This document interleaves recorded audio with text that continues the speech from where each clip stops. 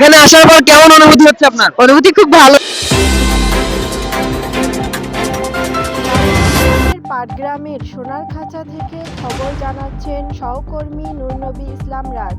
আসসালামু আলাইকুম, আপনাদের সাথে আছি আমি মোহাম্মদ নূরনবী ইসলাম রাজ। লালমনিরহাট জেলা পাটগ্রাম উপজেলার রাবার ড্যামে নতুন যে একটি পার্ক হয়েছে সোনারখাঁচা, সেই সোনারখাঁচার যে আপনাদের দর্শনীয় আছে, দর্শনীয় আজকে প্রথম দ্বিতীয় দিনের থেকে অনেক বেশি। আমরা দর্শকদের সঙ্গে কথা বলার চেষ্টা করব, তাদের অনুভূতি জানার চেষ্টা করব। ছোট ছোট রাইড গুলো রয়েছে, সেই রাইডে যারা আছে তাদেরকে আমরা কথা বলে জানতে পারবো যে তাদের অনুভূতিটা কি রকম।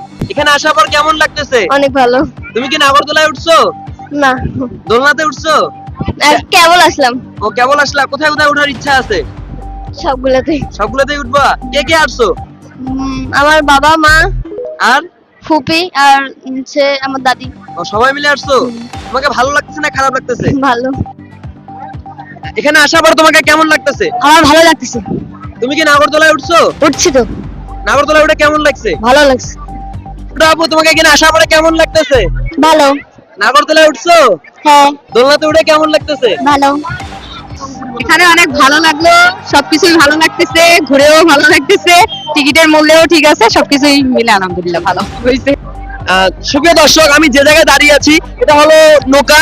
এই দর্শনীয় ছোটদের দর্শনীয়তে অনেক বড়রা উঠতেছে, তারা লাইনে অনেক ভিড় করতেছে। তাদের কাছ থেকে আমরা তাদের অনুভূতি জানানোর চেষ্টা করব। ভাই, এখানে আসার পর কেমন লাগতেছে?